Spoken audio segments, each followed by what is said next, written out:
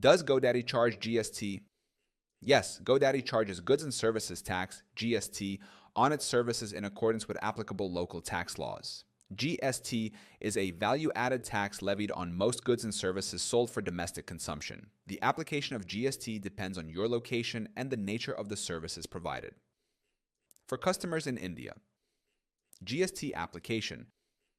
GoDaddy applies GST to digital products and services, including domain names, web hosting, and software as a service, SaaS. The tax is calculated based on the total selling price of each individual item. Tax rates.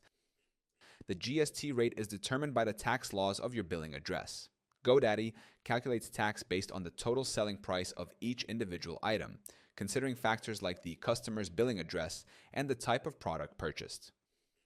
For customers in other countries, global tax compliance, GoDaddy charges sales tax, VAT, GST, or other transaction taxes in accordance with the applicable local authorities. They are required to charge tax on all customers and their resellers in compliance with local tax laws. Tax exemptions. Eligibility. Some customers or resellers may be eligible for tax exemptions. Tax exemptions are granted at the state or country level.